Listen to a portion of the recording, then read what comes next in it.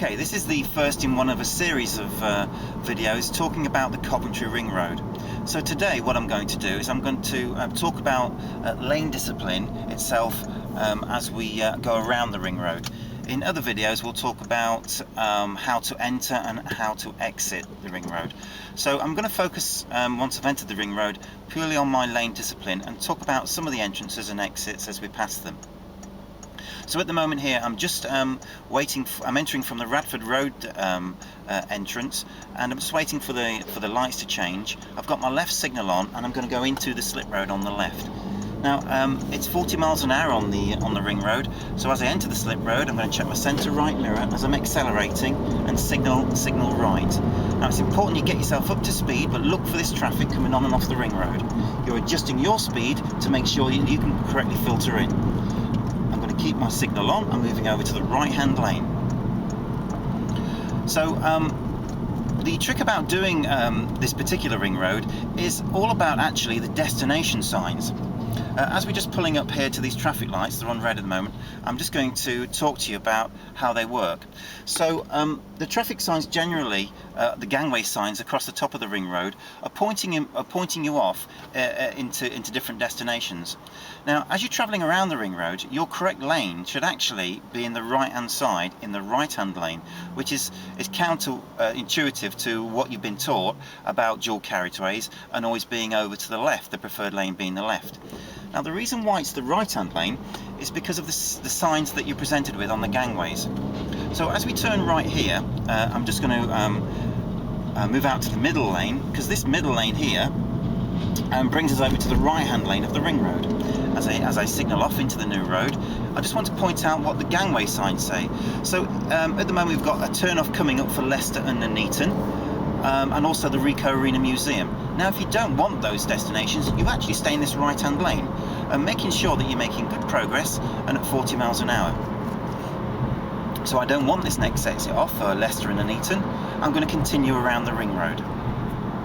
So now looking at the next gangway sign, we've got now turn off for M1 South and M40 plus other local destinations. I don't want any of those, so I'm going to stay in this right hand lane. It is 40 miles an hour. I am doing 40 miles an hour, and what you're probably noticing is there's a lot of other traffic breaking the speed limit and actually undertaking me. So they've broken two laws there. One is the speed, and the other is they're actually undertaking on the inside, which isn't allowed.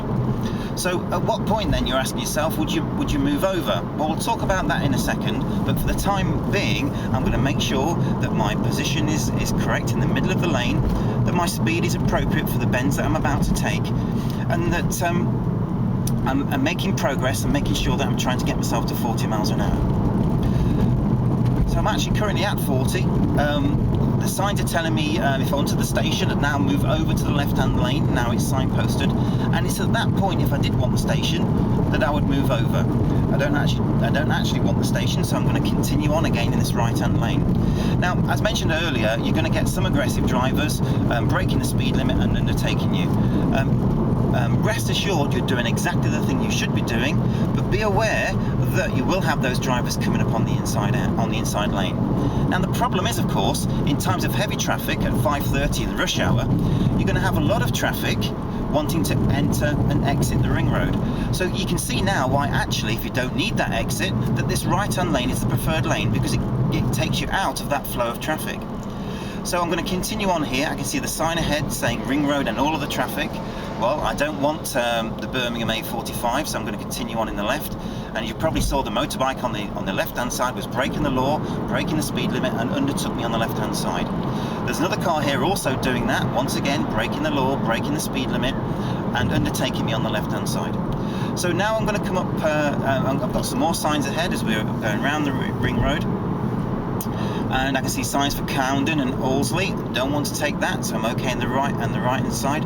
But a bit above now we see a signpost for Radford. I do want the Radford turn, so it's at this point now I'm going to check my centre left mirror, signal left, make sure I've also checked my blind spot before I move over, glide it over to the left hand lane, going to cancel my signal for the lane change, and then once again check my mirrors and signal for the exit off.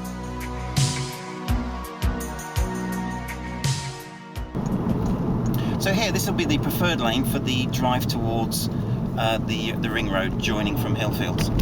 So I've got a red light ahead, so I'm going to gently brake. Think about tyres and tarmac. I did check my centre right mirror before I started to brake.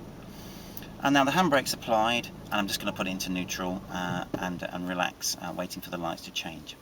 So here we're going to be joining the Ringroad, the Coventry Ringroad from the Hillfields direction. And I'm going to show you the preferred lanes to do that, and also what hazards to look out for as we join the Ringroad. We're actually going to be joining the Ringroad going left. This is away from the Foshill Road turn, so we're going to join left, heading towards Birmingham and the A45. So I'll show you the correct lanes for that. So here, you notice I've chosen the lane 2 of effectively a four lane carriageway.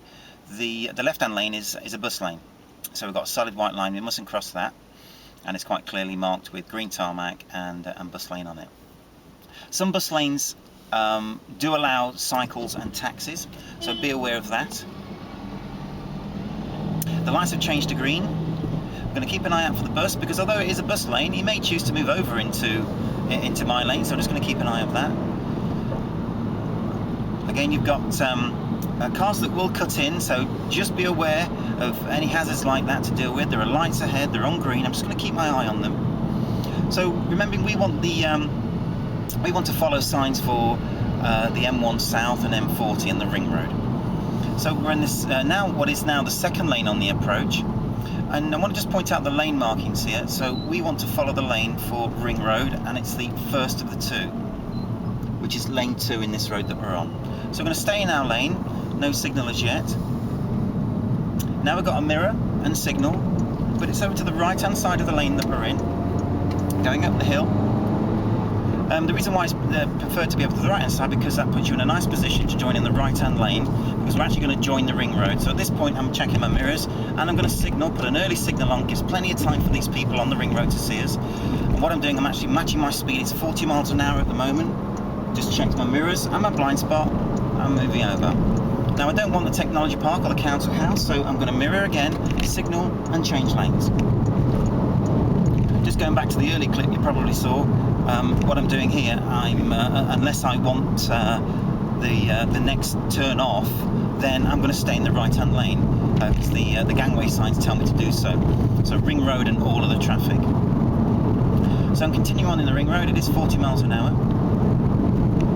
I can see the ambulance on my left hand side. He's making good progress. I would expect this ambulance to be turning off here, because it's actually positioned in the left hand lane. So, and he has got his left signal on, which is good, so he's looking to actually move off the Ringroad. Fantastic. So I'm following Ringroad and all of the traffic. I'm going to take the next exit off towards Earlston and Tile Hill. So I've checked my mirrors, I've signalled,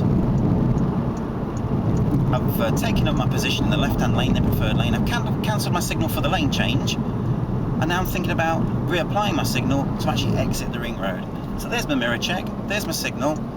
I'm maintaining my speed. I'm taking up a position as the new lane approaches. Now I'm going to check my centre, left mirror, my blind spot. I'm moving over to the far left-hand lane. In this case, I'm following the directions for Tile Hill.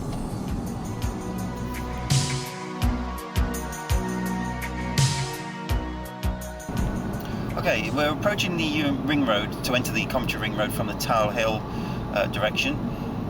So on the approach here, I'm just looking for a left-hand lane, just for the bus lane to finish. It's just finished. I've checked my mirrors, signalling left, moving into left. I'm following the lane markings for Ringroad.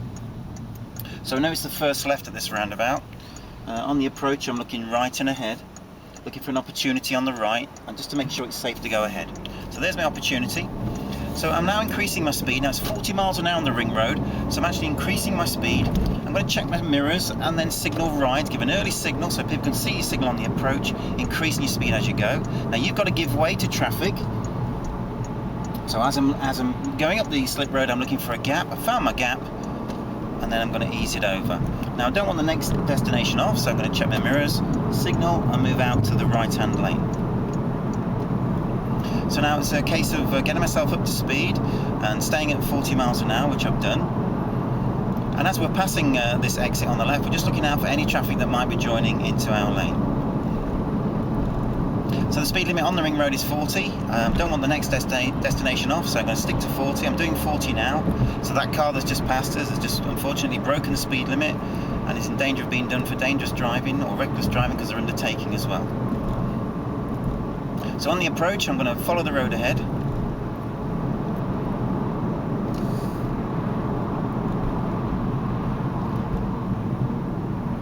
And I'm following signs for Ring Road and Tower Road. So I'm going to carry on around the Ring Road. There's no need to signal right here because our only choice is to turn right. There are 2 lanes to turn right. I'm going to follow this white line out to the middle lane.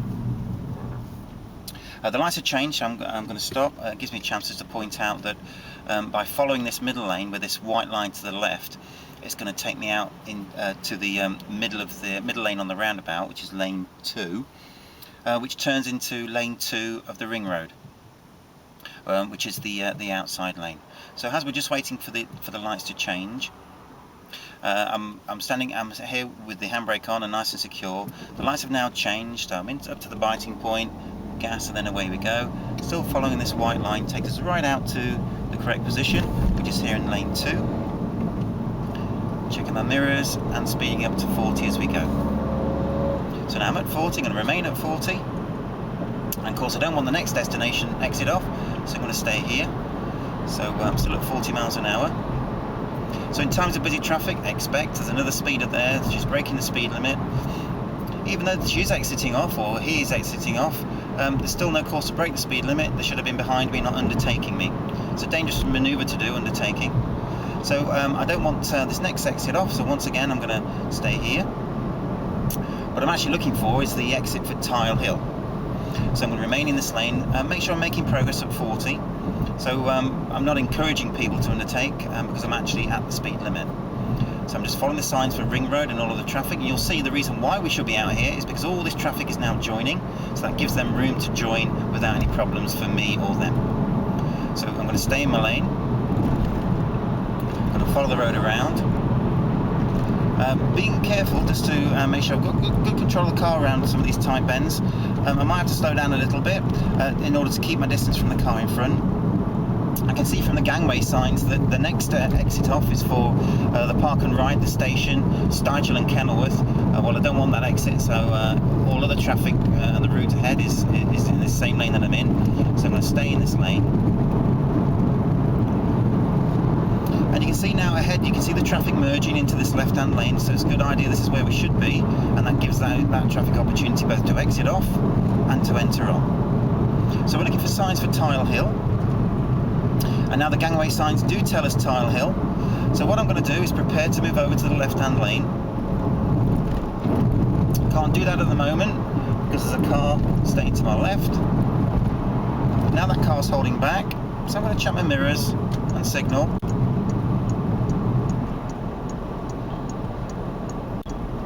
And just making sure he's let me in, which he is, and moving over to the left hand side and joining this slip road. Filtering in with traffic as we go. You see there the car wasn't really observing very well. It wasn't actually making sure that there was a safe gap to move out into.